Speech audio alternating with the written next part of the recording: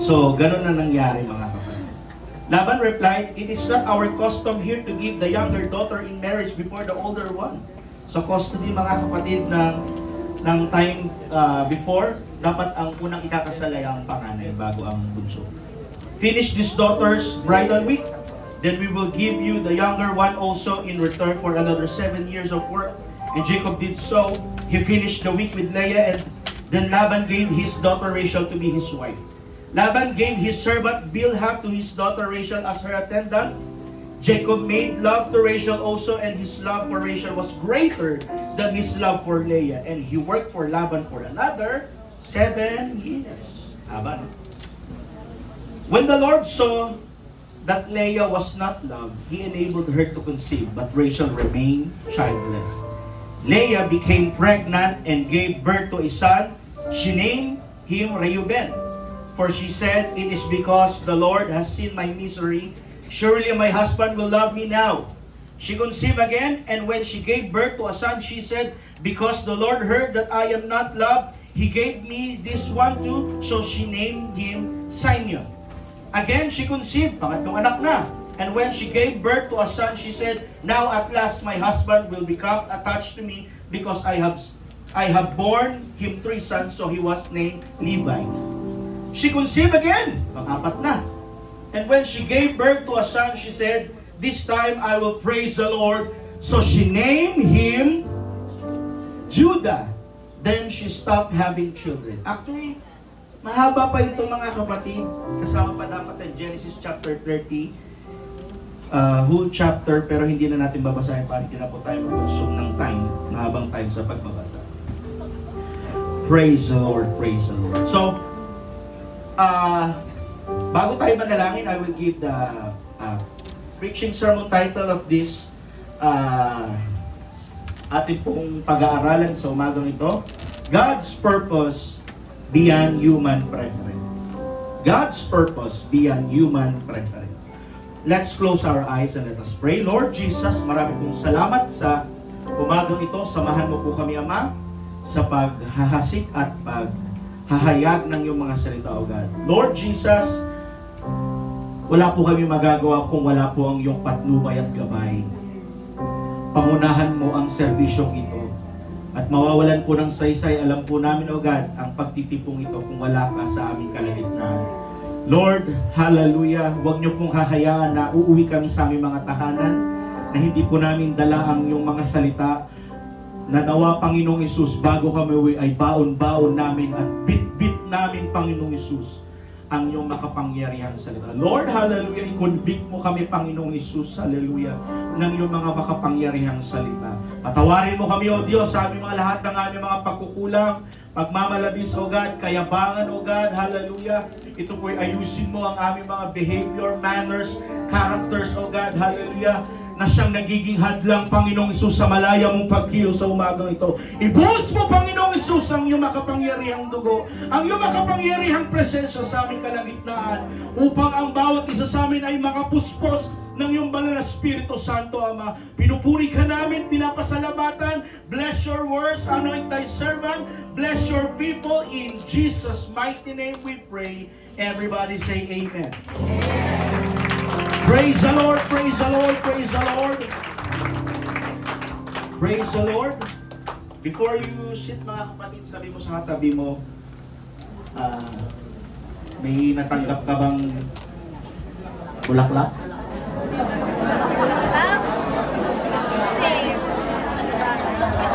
Thank you, mga kapatid. Please be seated. To tell you honestly, mga kapatid,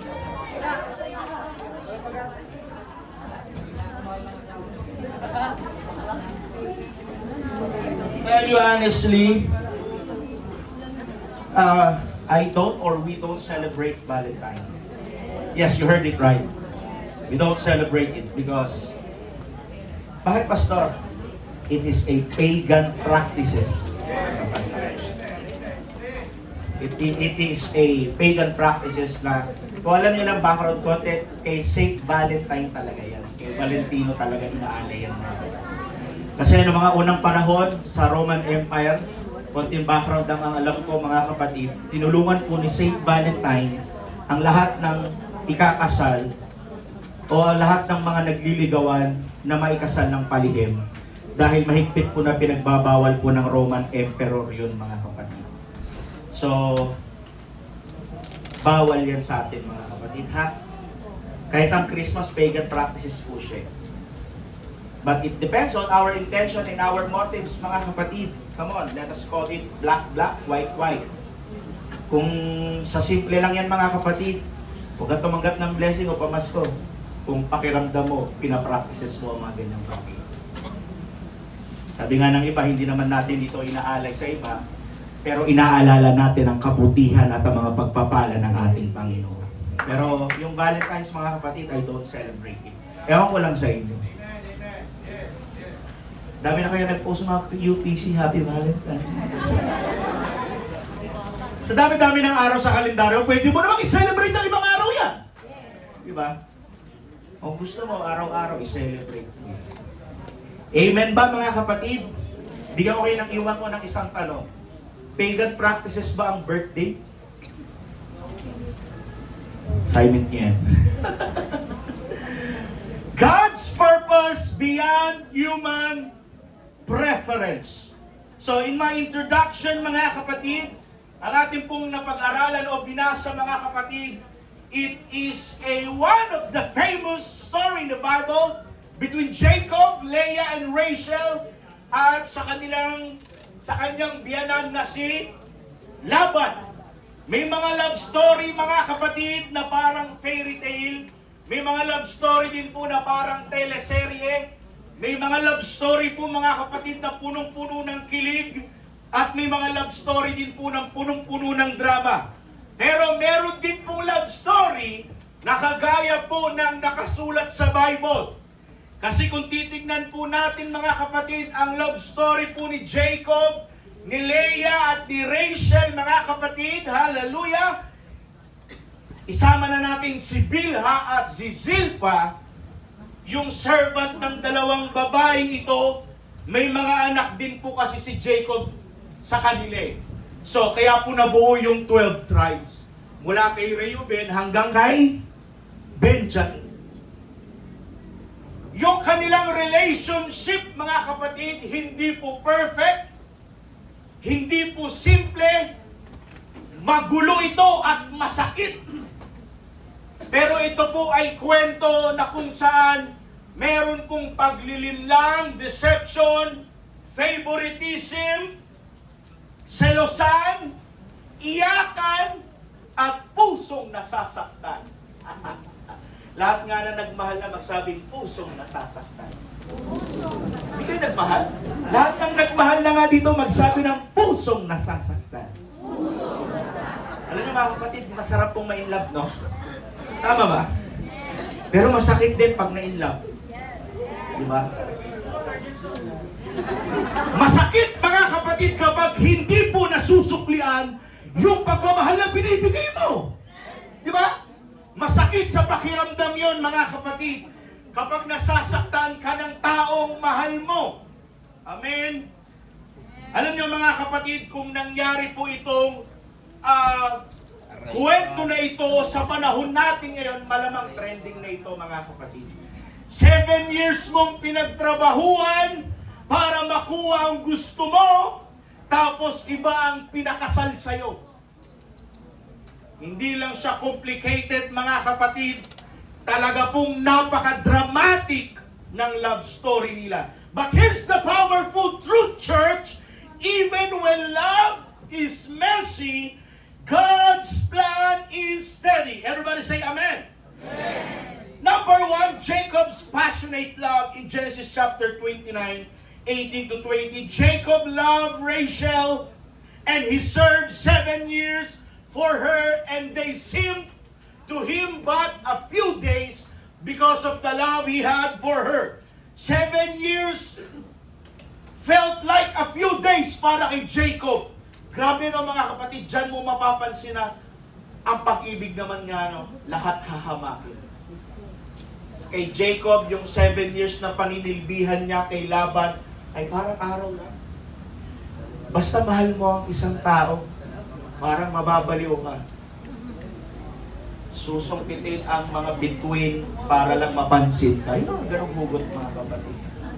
Pwede kaya tatapusin ang walang katapusang paghihintay. Makamit ko lang ang matamis mong tubo. Parang ganun nangyari mga kapatid eh. Kasi sobrang passionate ni Jacob, sobrang in love siya kay Rachel na kung saan, sabi ng Bible, he was beautiful. Pag sinabi talaga ng Bible na beautiful, napakaganda talaga niyan. Kaya talagang humaling siya, kaya pinagtrabahuhan niya ng 7 taon niya, matagal din yun ha. Amen. Kasi ang trabaho ni Laban, shepherd siya. Sabi niya kay Jacob, stay with me! Pero sa kanya, sinaglitan niya lang yung 7 years, mga kapatid. In love kasi si Jacob. Ngayon, subukan mo kung uubra pa yan. Iba na kasi ang galawan ng mga kabataan eh. Chat-chat na lang eh. Pag hindi nag-reply ng 5 minutes, okay lang, at least. Kung hindi naman ako ni-reply, at least hindi naman ako masyado nag-exert ng effort. Nice, Lawrence! Minsan, 1 oras lang hindi nagparamdam, nagmo-move on na kagad ang mga kabataan. Pero, come to think of this, si Jacob, hindi 7 hours, hindi 7 days, hindi 7 weeks, hindi 7 months, kundi 7 years ang kanyang paghihintay. This shows us something beautiful. Love can make sacrifice like. Everybody say amen. Amen. Jacob was willing to work, he has willing to wait, and he was willing to endure. Ang application na ito mga kapatid, real love is not just feelings. It is a commitment. Hindi lang kilig. May kasamang tiyaga po pag nagmamahal tayo ng totoo. Young people, boys, kaya nyo bang hintayin kapag sinabi ng nililigawan nyo sa inyo na hintayin mo muna akong makagraduate? Hindi siya kung kailan, kung mahal mo ako, patunayan mo ngayon, hindi ganun yun. Yes. Amen? Love knows how to respect timing. Amen? And love knows how to build first before demanding. At kung hindi kayang maghintay, makinig kayo, baka hindi pag-ibig yan. Infatuation lang yan. Young people, ano ba ang infatuation? Yung nabugso ka lang dahil ang ganda niya, ang cute niya, ang sarap niya kausap sa chat. Tapos yung pala, pag wala ng kilig, iiwan mo na. Infatuation lang yan, young people. Amen? But here's the twist, church. The deception night in Genesis chapter 29, on the wedding night, Laban switches Rachel with Leah. Hallelujah. Morning comes, surprise! Imagine, pagising mo sa umaga, teka. Hindi ito yung mahal ko. And I found out, mga kapatid, here's the deeper irony of this message. Jacob once deceived his own father Isaac to steal Esau's blessing, and now Laban deceived Jacob now. And Jacob now, he is become the victim of deception. May pinagmulan pala yan sa magkapatid, si Esau at si Jacob. Abay, ninakaw niya kaya ang blessing mula sa kanyang kuya na si Esau. Ngayon din, bumalik sa kanya ang karma. Naalala niyo? Naano yung punto? Ninakaw ni Jacob ang pagkapanganay ni Esau, bumalik din kay Jacob ang karma. Ngayon, siya naman ang dinisip ng kanyang biyanan. Kaya kayo, mga young people, eto payo lang ha. Pag mag-aasawa kayo, alis kayo sa bahay ng magulang niyo. Hirap kasama ang biyanan. Totoo yan, mga kapatid. Alis kayo. And this is also a part of God's commandment to us. Bumuklod kayo. Mahirap ang dalawa ang reyna. Mahirap ang dalawa ang hari sa loob ng tahanan. Isa lang dapat. Kung sa bahay ng kustodyo, ang hari dyan at reyna, Asa at Arvin lang. Hindi pwede maghari ang Arjunson dyan. Di ba? Naintindihan mo, Brad? Umalis ka! Now, the lesson is, what the Bible tells us, what we sow, ye shall reap. Na parang kagaya kay Jacob, nung pagkakuha niya yung still ng blessing ni Esau sa kanyang tatay dahil matanda ni si Isaac eh. Bulag na eh, hindi na makita pero yung pakiramdam. Sino nga yung mabalbon? Si Esau. At sino naman yung parang mabuti? Si Jacob. Nung nalaman mga kapatid na wala na, nakuha na, ganun din ang bumalik na karma kay Jacob. Tinaya din siya ng kanyang biyanan. Dito, gusto mo ay kasi sa custody mga kapatid, dapat ang unang may kakasalay ang panganay at huli ang bunso. Kaya ang ginawa ni Laban mga kapatid, siguro para ma-dispose na ngayon ang panganay. Kaya si Leah ang kanyang pinakuha kaysa kay Rachel. God was not punishing him to destroy him, but God was shaping him. You know what, mga kapatid, as I study this lesson, this story of Jacob, Rachel, and Leah, napaka kaguluhan. Pero kung mapapansin nyo mga kapatid, lahat ng nangyari sa kanilang love story ay kalooban ng ating Panginoon. Amen? Sometimes, the pain we experience is part of God's refining our character. Nakukuha niyo yan mga kapatid. Hindi po in-exclude ng ating Panginoon nung naglingkod tayo sa Kanya ay wala ng pain at suffering na mararamdaman. Kasama sa buhay ng mananampalataya yan. Ang minsan malugmok ka, madapa ka, mawalan ka. Kasama sa buhay pala yan. Kasi paano ka titibay at paano ka kakapit sa ating Panginoon kung sa mga bagay na yan, wala kang nara-experience. Palakpakan po natin ang ating Panginoon. Number 3, the unloved Leah. When the Lord saw that Leah was hated, He opened her womb. This verse is powerful, church. Why? God saw Leah. Nakita ng Panginoon na nagdadalang hati si Leah. Kumbaga parang ang pakiramdam pala ni Leah dito. Mapupungaw na nga, magpupungaw na nga ang mata ko. Mapupungay.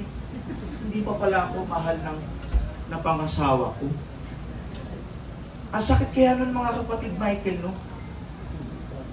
Makasal siya, babae, ikaw makasal ka sa taong hindi ka naman ang gusto. Tapos ang masakit doon, yung kapatid mo ang gusto. Ouch. God saw Leah, not ignored, not forgotten, but it's sin. Leah was married but not loved. Hindi siya mahal ni Jacob. Chosen by tradition, not by affection. She is present but emotionally invisible. And some of us can relate, church. You are in the room but you feel unseen. You are serving but not appreciated. You are present but not preferred. Minsan ganyan tayo, nagsisilbi tayo mga kapatid, pero pakiramdam natin hindi tayo appreciated. Naramdaman nyo ba yung pagkakataon na yan? Nagsimba kayo sa loob ng panambahan, pero parang hindi ako welcome at appreciated sa loob ng church. But sometimes, naramdaman natin yun. Pero sabihin ko sa iyo mga kapatid, sometimes in our lonely moment, in our secret time, deepest in our prayer, hallelujah, hindi ka nakalimutan ng ating Panginoon. Can I get an amen, mga kapatid? Sometimes, hindi man natin makuha ang simpatsya ng ibang tao, hindi tayo welcome, hindi tayo appreciated, mga kapatid. Sabihin ko sa iyo, nakikita ka ng Panginoon, na-appreciate ng Panginoon ang sacrifices mo.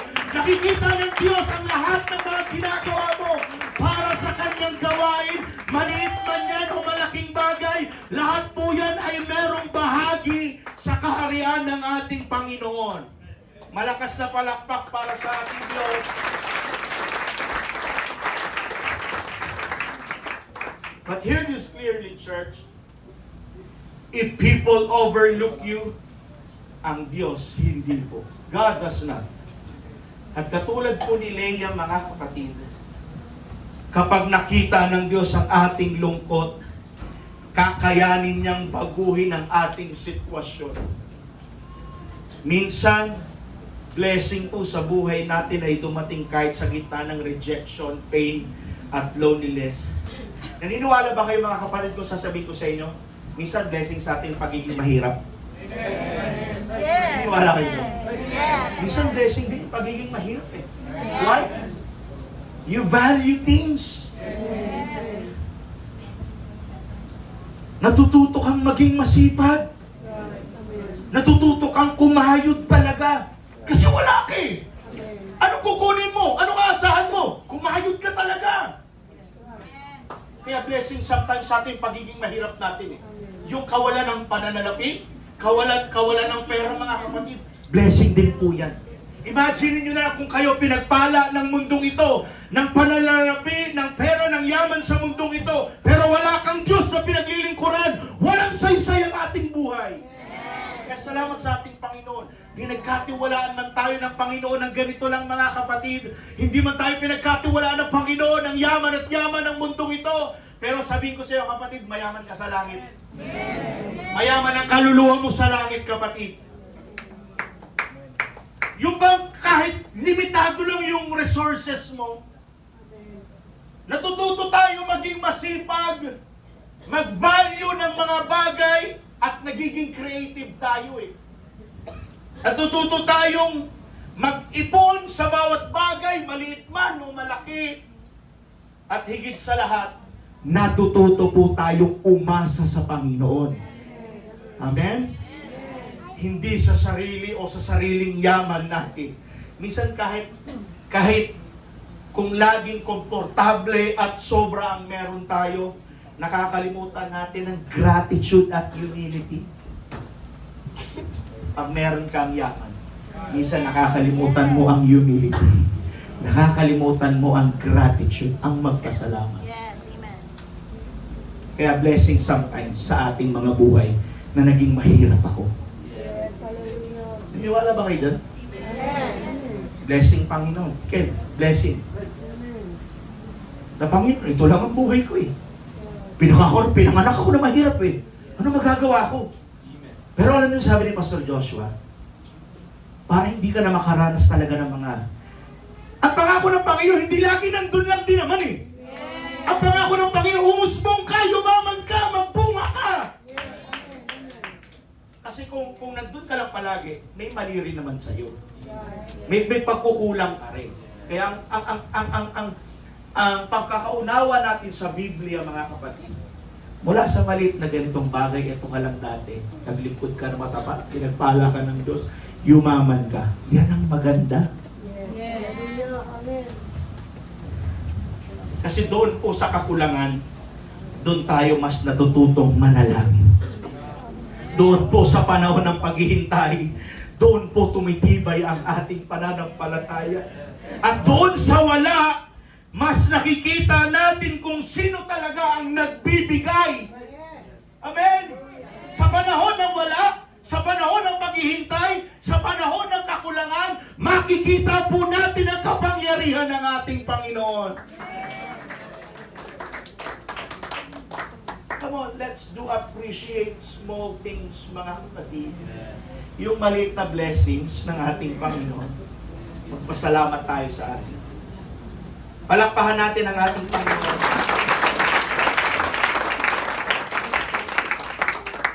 Leah gave birth to Reuben, Simeon, Levi, and Judah. Apat po na ang naging anak ni Jacob kay Leah. Samantalang childless si Rachel. Pero ang mahal ni Jacob ay si Rachel. And when she gave birth to Judah, yung pang-apat niya na anak, she said, "Now I will praise the Lord." Bakit, mga kapatid? Sa unang tatlong anak po ni Jacob kay Leah, pakiramdam niya, mga kapatid, kaya lang naman ako, inaanak kanini ni Jacob dahil ayon sa custody namin ito. Pero hindi niya talaga ako mahal. Pero nung nag-shift, mga kapatid, hear me this say clearly. Pero nung natapos may panganak si Judah, bigla pong nag-shift, hallelujah, si Leah, na hindi na ako magpo-focus doon. Magpo-focus na ako sa Panginoon, and I will praise the Lord. Notice the shift, mga kapatid. At first, her baby name were about gaining Jacob's love. Para lang, sige, anakan mo ko, Jacob. Para mag-hate ko yung love mo sa akin. Para ma-shift yung love mo mula kay Rachel papunta sa akin. But nung maipanganak si Judah, she stopped chasing approval and start praising God. That is why the meaning of Judah means praise. Yan po ang ibig sabihin at kung bakit ibig sabihin ng Judah means praise. Alam niyo na, naintindihan niyo na?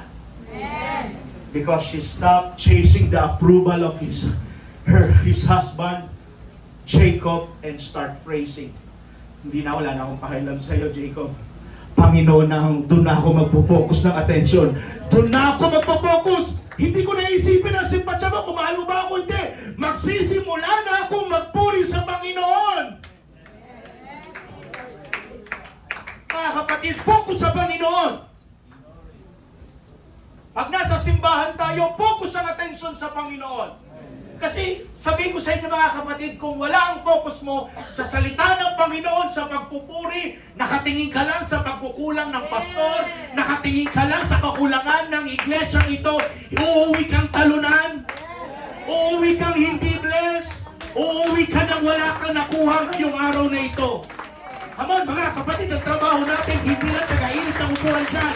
May trabaho kayo ngayong umagang ito. Ano ang trabaho ko, Pastor? Magpuri, magpasalamat, ibalik ang kapurihan sa ating Panginoon. Naririnig ko ba ako, mga kapatid? Ang sabi ko, ang trabaho natin ay magpuri, magsamba sa ating Panginoon. Because God, He deserves all our praises. He deserves your worship.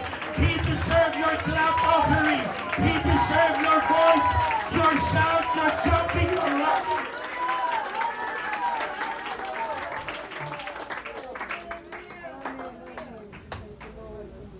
Church, don't seek and find the approval of other person, other people. What Peter told us, I ought to obey God rather than men. Mas gusto ko ang kaluguran ng Panginoon kaysa simpatsya ng tao. Kapatid, pagpapasok sa church, huwag spotlight ang hanapin. Huwag simpatsya ni pastor. Huwag simpatsya ng mga leaders dito ang hanapin nyo. Unang hanapin po natin kung paano natin mabibigyan ng papuri ang ating Panginoon. That pagkatapos nga, pag nahanap mo na kung paano magpasalamat, ibalik ang kapurihan sa ating Panginoon, lahat tignan mo yan, susunod na lang lahat yan. At hindi ka na mahihirapang maramdaman ang presensya ng Panginoon. Pero kung pumasok ka dito, sabihin ko sa'yo na bitter ka, may anger issue ka, may problema ka sa kapwa mo, mahirapan makapasok ang salita ng Panginoon at ang banal na Espiritu Santo ng Panginoon. Bakit? Laging mali ang nakikita mo eh. Laging pagkukulang ang nakikita mo eh. Laging kulang sa disiplina, laging kulang sa respeto. Ano ba naman itong mga tao dito? Hindi ako kinakamayan. Ano ba ng mga tao dito? Parang laging galit. Ang unang hanapin mo kasi, kapatid, ay ang Panginoon.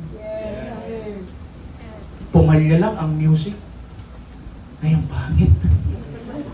Pangit nung nagbe-bass. Bakit ganyan lagi ang tinitignan mo? Matitisod ka talaga eh.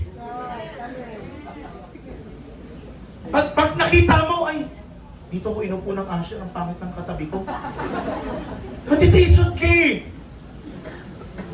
Pero kung hinahanap mo una, ang kaluwalhatian ng ating Panginoon, sabi ko sa'yo, lalong-lalo na pag nakapag-devotion ka, ang sarap kaya sa pakiramdam na nakapag-devotion ka. Yung tanggal ba bigat? Tanggal ba suliranin? Tanggal ng problema sa bahay at tahanan? At ang sinusukbit mo lang sa puso mo ngayon, Panginoon, paano kita mapapasalamatan? Panginoon, paano ako makakahingi ng tawad sa iyo at makakalapit sa kaluwalhatian mo? Yun ang hanapin natin. Yan. Sabi mo sa katabi mo, yun ang hanapin mo, kapatid. Amen?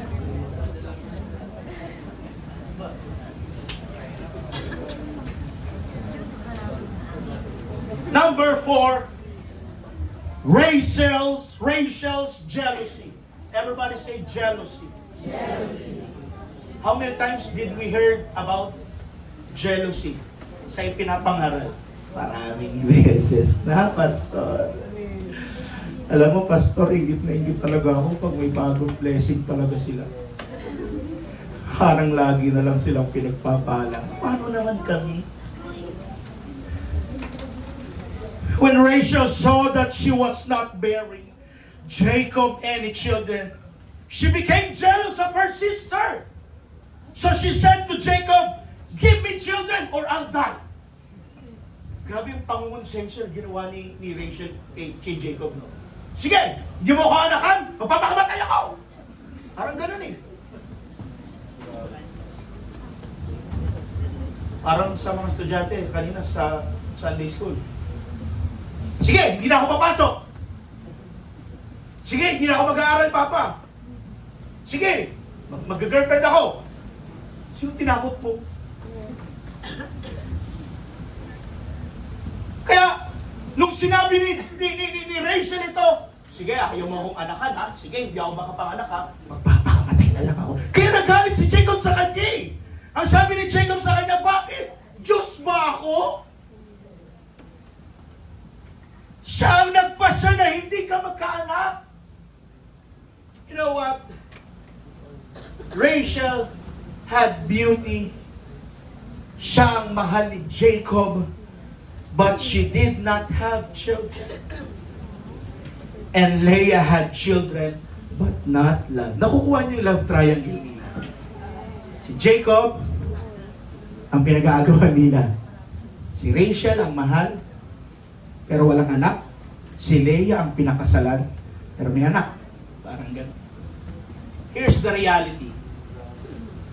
Comparison destroys contentment. Nagselos siya sa kanyang kapatid. Rachel was loved but felt empty, and while Leah was productive but felt rejected. And so that sounds like modern life para sa atin, mga kapatid. Someone has power but no peace. Someone has success but there is no joy. And someone has relationship but still feels insecure. Because when you measure your life by what others have, you will always feel lacking. Kasi kapag nakatingin ka palagi, mga kapatid, sa ibang tao, ay mas mayaman sila, ay mas maganda ang buhay nila, ay mas ma-impluwensya silang pamilya kaysa sa amin. Alam nyo, mga kapatid, pag doon po kayo palaging nakatingin, hindi mo makikita yung blessing na meron ka. Nakukuha nyo? Pag lagi ka nakatingin, halimbawa, wala naman to pamilya ni Kuya ba? Pag lagi ako nakatingin sa may coaches silang race, ako, pangit pang akin, angel lang akin, halimbawa. Ganda na sa kanila, ang ganda, ang tuli ng sniper ni Kuya Mac, ang ganda. Ganda buhay nila. Haga, yaman nila, mas malakas ang impluensya nila. May tatong sila. Pag doon ka lagi nakatingin, hindi mo ma-appreciate yung mga blessings na meron ka. Palagi ako natingin kay Brother Jeff. Kinukumpara mo lagi sarili mo siya. Mas mayaman si Brother Jeff. Di pa vlog-vlog na yan. Sobrang usbong na ng JNK. Alam niyo, mga kapatid, pag doon kayo nakatingin sa yaman ng iba, hindi mo makikita at ma-appreciate yung meron na binibigay sa'yo ng Panginoon. Na kahit araw-araw naman nakakagising ka sa umaga, that is blessing of God. Hindi mo na napapansin yun kasi nakatingin ka sa ibang pagpapala ng ibang tao. Pero kapatid, sabihin ko sa'yo, let me hear you and loudly this says, pinagpala na tayo ng Panginoon doon pa. Di mo ma-appreciate yung mga blessing na binibigyan ng Panginoon sa iyo. Young people, mapalad kayo kung may baon kayo araw-araw. Mapalad kayo kung may iPad kayo ngayong araw. Mapalad kayo kung pinag-aaral kayo ng inyong mga magulang sa mga private school at wala kayong iniintinding bayarin. Yung iba hindi makapag-aral. Sometimes, tignan mo lang, bakit sila may sariling bahay, kami nangungupahan pa. Tignan mo, kung ikumpara mo ang buhay mo sa mas mahirap sa'yo, doon mo ma-appreciate na pinagpala mo talaga kami, Panginoon. Iba nga walang tahanan eh. Kahit nagre-renta ka, at least may tahanan ka. Tingnan mo lang mga kapatid kung paano tayo pinagpapala ng Panginoon. Huwag ka doon tumingin sa ibang tao. Tignan mo yung iba nga, walang makain eh. Ikaw nakakakain ka 3 beses, 4 na beses sa isang araw. Tingnan mo.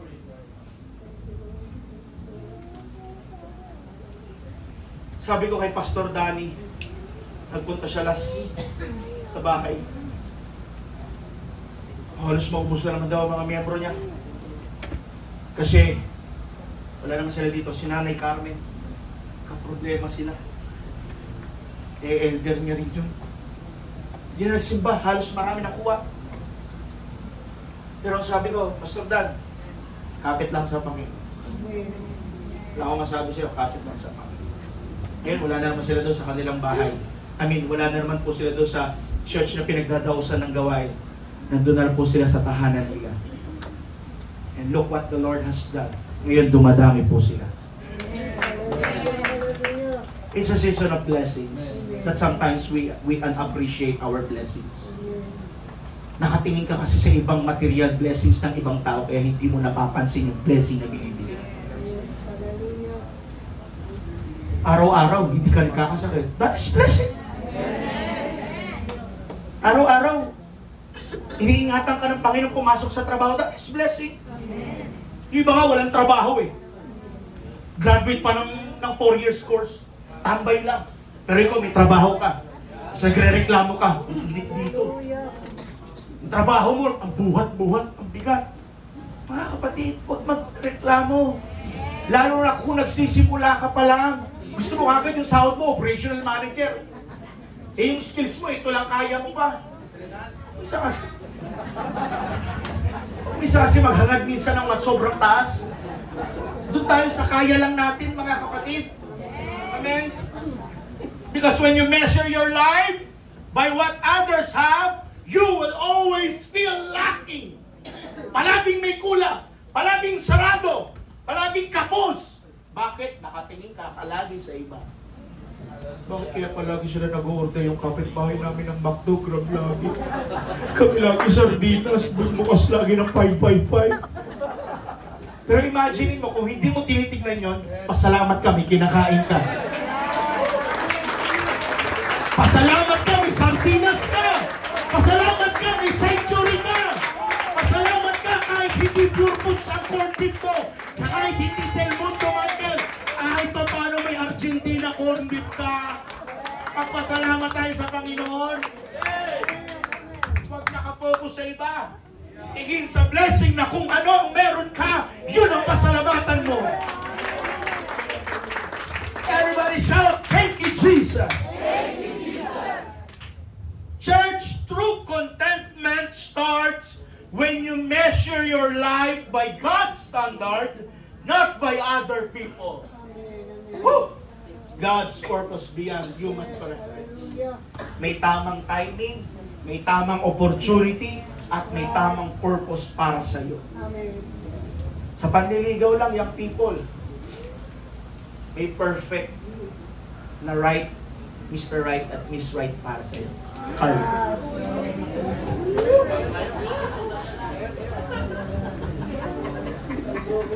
Pastor, kung ang papakilala ko sa iyo ay unbeliever, tapos classmate ko sa school, unbeliever, sarado katoliko ka, mag-isip-isip ka, Brad, sa pinapakilala mo. Kung kalooban ba ng Panginoon. May right timing at right perfect will ng Panginoon para sa atin. Kaya people, huwag magmadali. Huwag magmadali. Na parang pakiramdam mo, nagkakaubusan na ng babae sa mundo. Na parang ikaw din, yung people na babae na nagkakaubusan na ng lalaki, lahat yung naligawan na ako na lang hindi naliligawan niya. Ang puti-puti ko naman, ang ganda-ganda ko. Halagang ano to, Maximil. May Maximil pa ba? Pakiramdam mo, ano ba yan?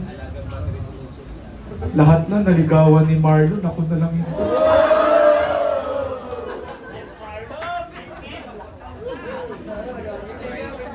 Tamang timing, tamang will lang ang ating Panginoon. Huwag magmamadali. Humihingi ka pa ng pound sa magulang mo. Tingin niya, baka hindi ka patuloy. Diba? Kaya nga mga young people na babae, pag humihingi pa ng napkin sa magulang, oh no, kalma lang, hindi ka mauubusan. Ang daming gwapo dyan. Naghihintay lang.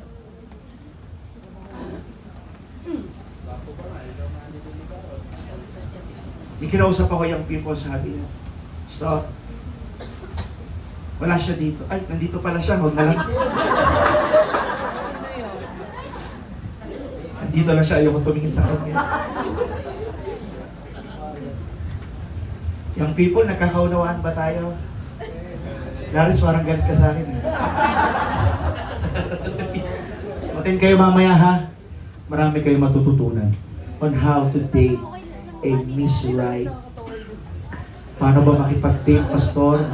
Pastor, paano ba magpaalam sa'yo? Pastor, nahiya ako sa'yo, Pastor.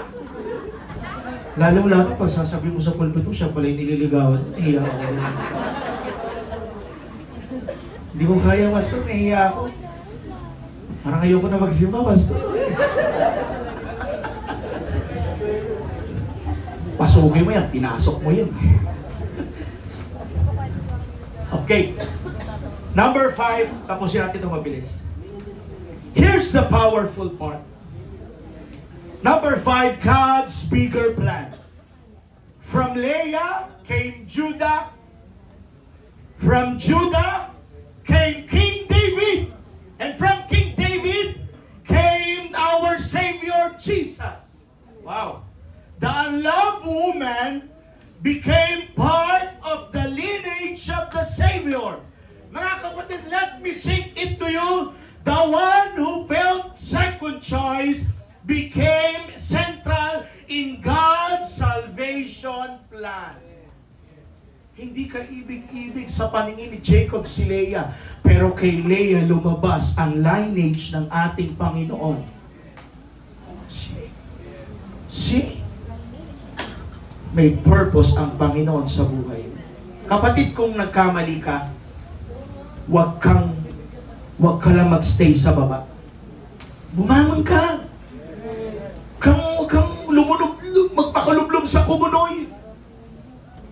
Kung nagkamali ka, kapatid, bangon ka. Hindi siya natatapos ang ating buhay. Kumapit ka sa mga pangako ng Panginoon. Si David nga eh.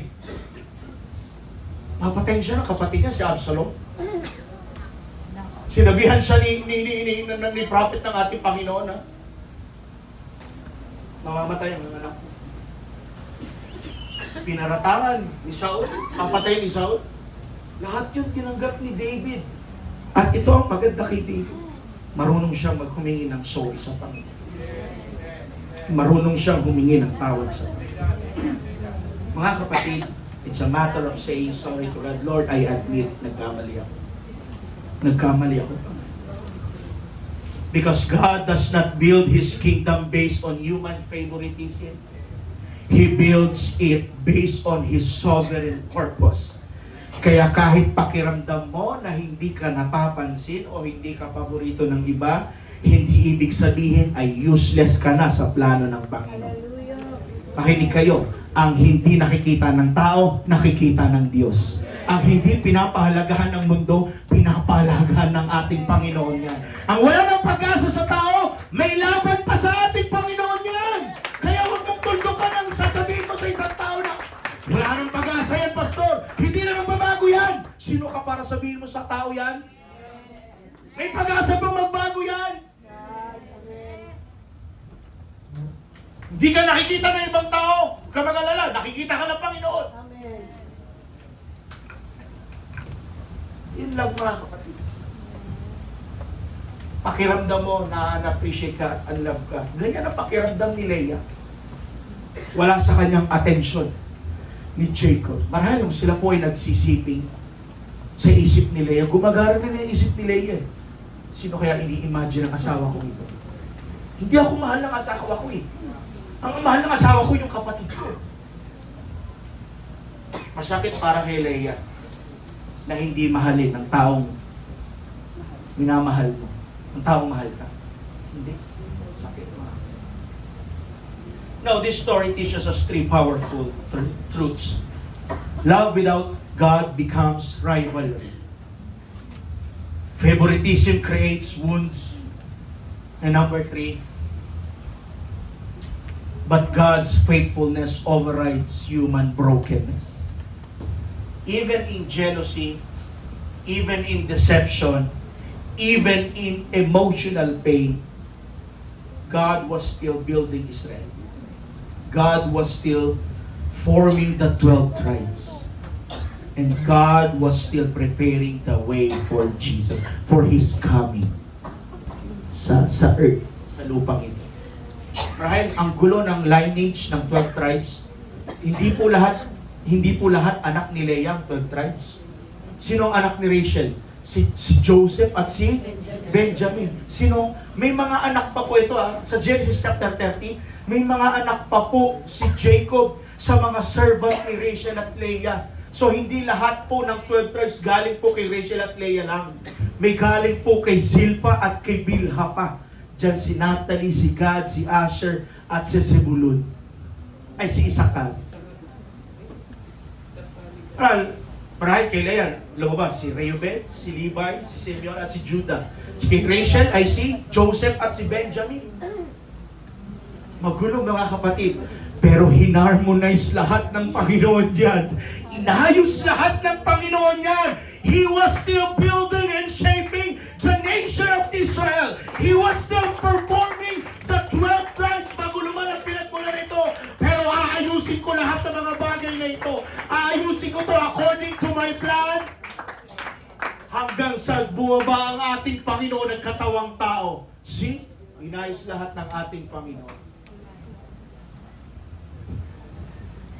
Your messy season does not cancel God's master plan. I have a question for you. Are you like Jacob, pursuing love but not yet mature in character? Si Jacob ka ba? Pinupursue mo ang love, pero hindi ka pa matured enough sa iyong character. Magulo pa ang isipan mo. Or are you like Leah? Feeling unseen and unloved? Nakakaramdam ka ba ng feeling unloved ka? Feeling unseen ka ng ibang tao?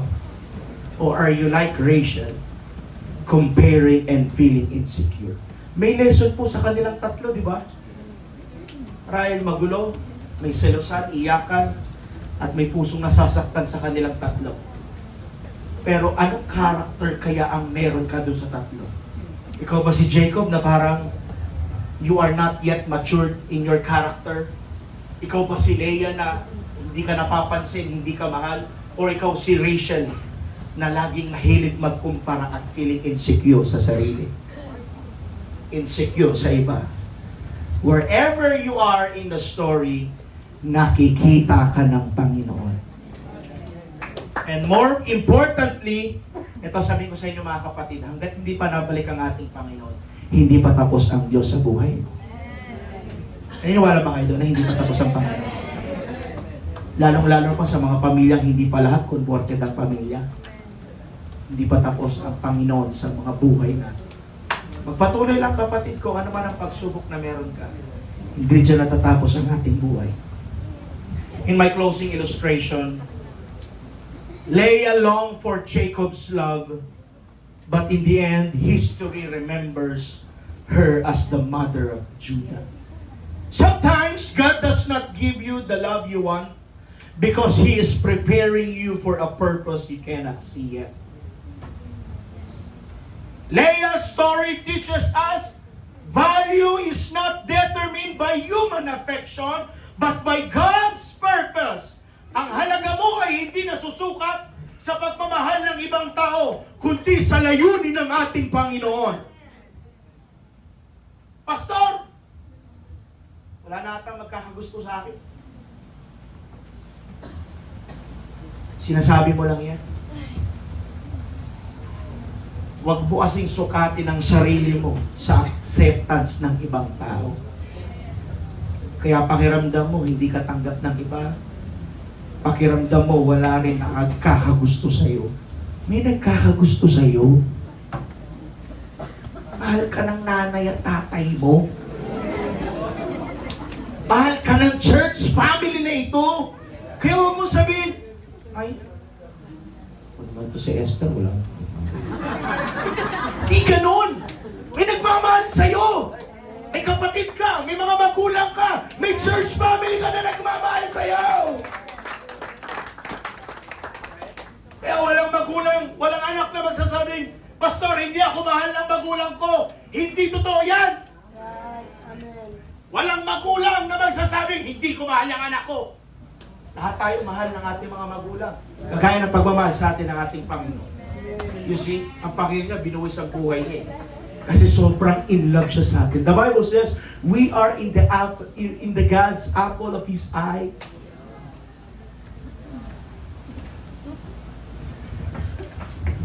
Sabi ng isang young people, nandito kasi siya eh. Sabi niya, Pastor, ayaw ko na magmahal.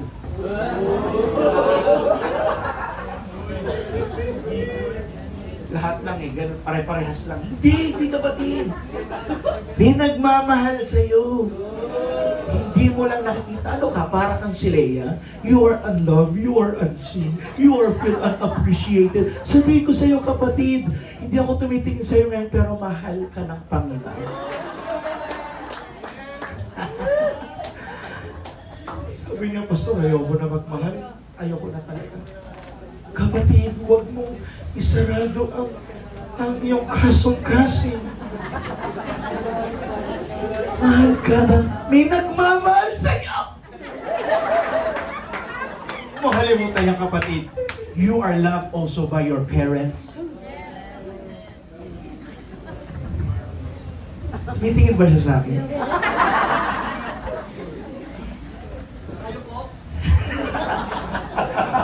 Isap na lang tayo mamaya. Hindi na lang ako sorry sa'yo.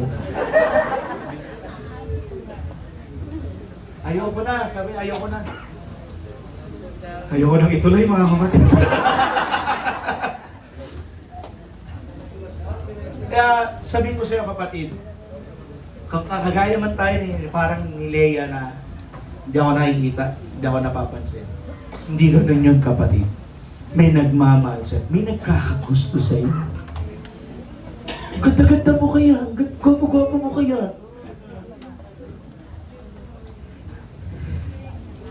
This is not just a love triangle story, church. It is a redemption story. It reminds us, you may not be the favorite, but you are chosen. You may feel rejected, but you are seen. And you may be in complicated situation, but God is still faithful. Church, when life is complicated, God remains consistent. And in the middle of the broken situation, broken families, wounded hearts, and messy emotion, God is quietly writing a bigger story. And I do believe He is also writing your story. Sinusulat ng Panginoon ang future mo. Hindi mo natin alam, 5 years from now, may kakasal na dito na naman. Teka, may magsasabi, Pastor, Ready na ako magmahal, Pastor. He is writing your story. Huwag mo i-conclude ang buhay mo. Broken ako. Messy emotion. Broken families. Wala nakakaintindi sa akin. Wounded hearts ako, Pastor. Oh, kapatid. Hindi pa tapos isulat ng Panginoon ang buhay mo. Ay nakatakdang araw para sa atin, mga kapatid. Kagaya po ni Jacob, ni Leah, ni Rachel, hindi man po madali ang intindihin ang kanilang sitwasyon, pero lahat po yan inayos ng ating Panginoon. Kagaya ng ating magulong buhay noon. Magulo ang buhay natin, kapatid. Nung walang Diyos, pero inayos ng Panginoon. Sabi ni Brother Jeff Argao, sabi niya sa akin, hindi ko ma-imagine, Pastor, ang buhay ko kung walang Diyos akong pinaglilingkuran. I can't imagine my life without God. Pero nung meron ka ng Panginoon, Brother Jeff, sa buhay mo, inayos lahat ng Panginoon, lahat ng mga bagay na yan. Blessing over blessings. Lahat pinagkaloob ng ating Panginoon. At marahil ganun din ang testimony ng bawat isa sa atin. Mula from messy situation, ngayon, you are blessed and you are chosen by God. Panginoon, salamat, tinatangkilitin ko ang mga pagpapala nito. Tayo po'y tumayo lahat, mga kapatid.